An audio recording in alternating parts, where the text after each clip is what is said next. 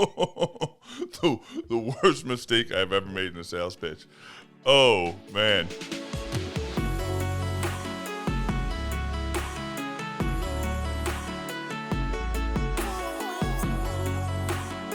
There's a lot of them. Oh my gosh.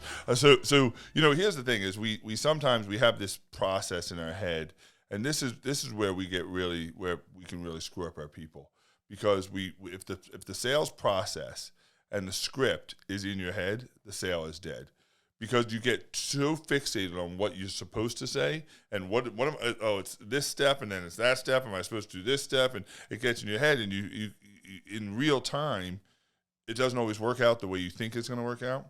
So sales is about controlled improv. And when you have controlled improv, the challenge is sometimes you'll screw up. And I'll give you a great example.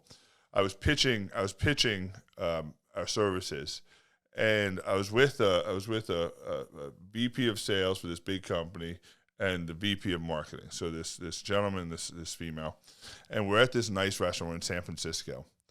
And most people that know me know that I do a thing called omakase.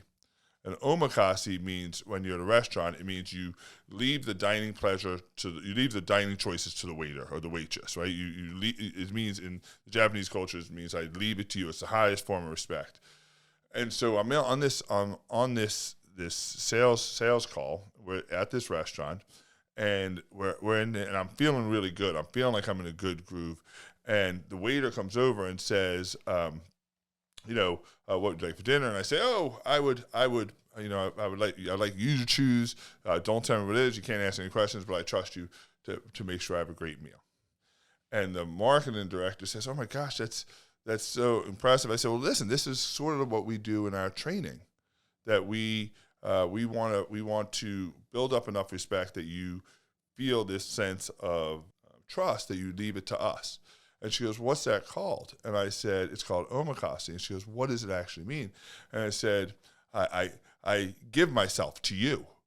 And she looked at me kind of weird, and she kind of touched her snake knife, and she was like, what? And it sounded really freaky. And I said, no, that came out wrong. I said, I give all of myself to you. You can have all of me. And I couldn't get the words back in my mouth. And so, eventually I took my foot out of my mouth, and I explained how I fumbled it. And it was a great moment, because it showed that I was fallible, obviously. And sometimes we have these mistakes and we beat ourselves up for it. The human species is the only species in the world that pays for a mistake more than once. And so if you're on a sales call, if you're on a sales pitch, if you're in a sales meeting, and you make a mistake, you say something, don't beat yourself up about it. Just move on.